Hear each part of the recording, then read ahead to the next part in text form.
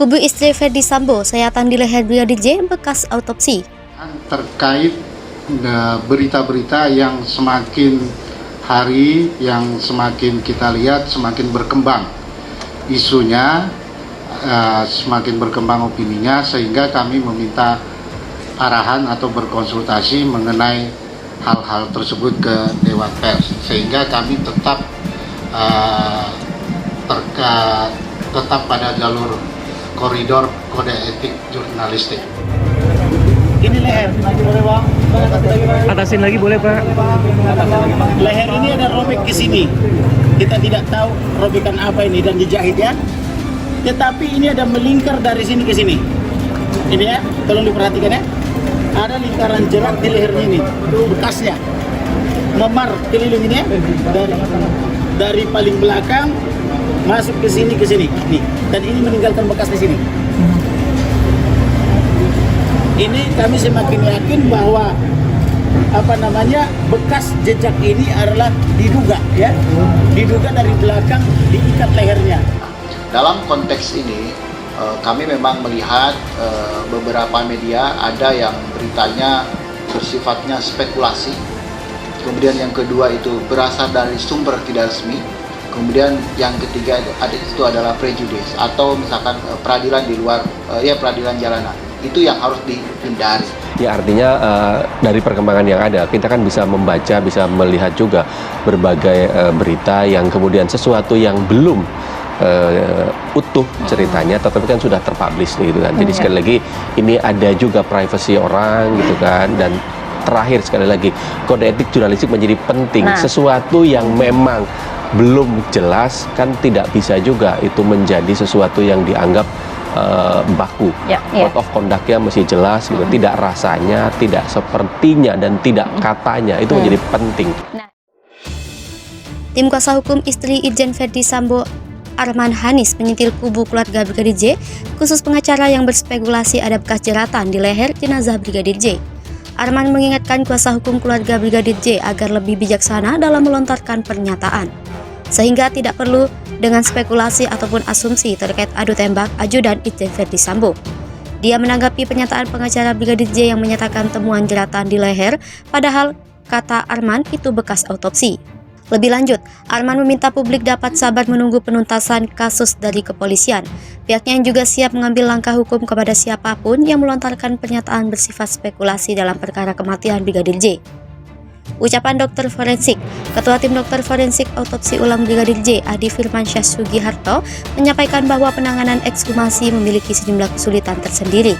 Tidak terkecuali terhadap jasad almarhum yang tewas dalam adu tembak ajudan Irjen Ferdi Sambo di Duren 3 Pancoran, Jakarta Selatan pada Jumat 8 Juli 2022 lalu.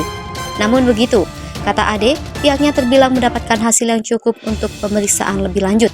Beberapa temuan pun masih bisa diyakini dan dinyatakan sebagai temuan luka.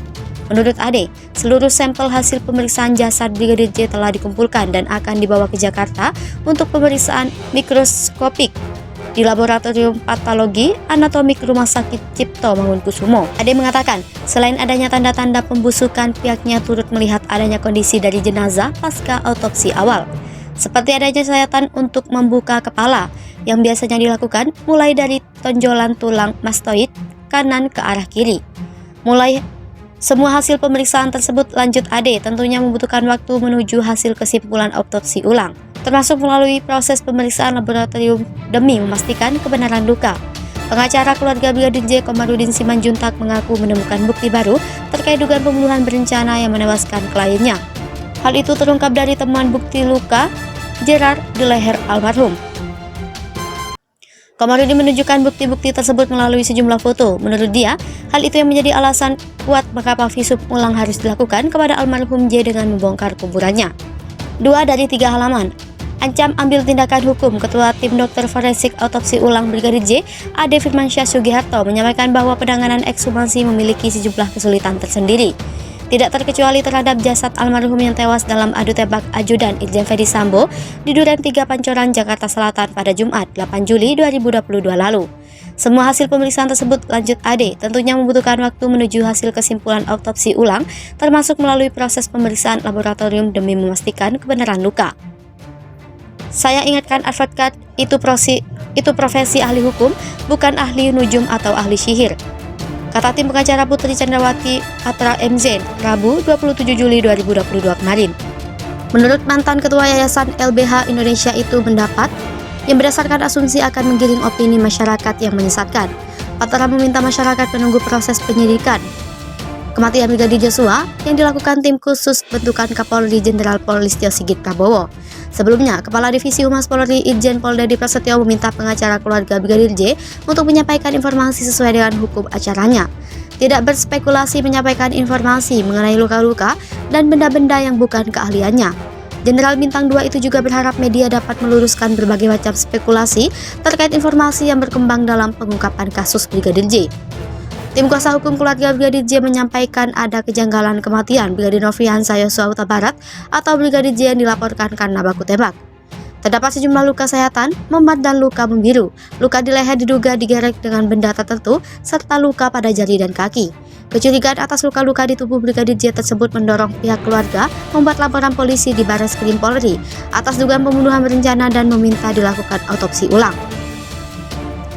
Johnson Panjaitan, tim kuasa hukum keluarga Brigadir J yang ditemui di lokasi prarekonstruksi di TKP rumah Irjen Pol Verdi Sambo mengatakan kegiatan prarekonstruksi yang digelar oleh Polda Metro Jaya adalah untuk kedua laporan polisi terkait pelecehan dan penodongan, bukan laporan dugaan pembunuhan berencana yang dilaporkan pihaknya.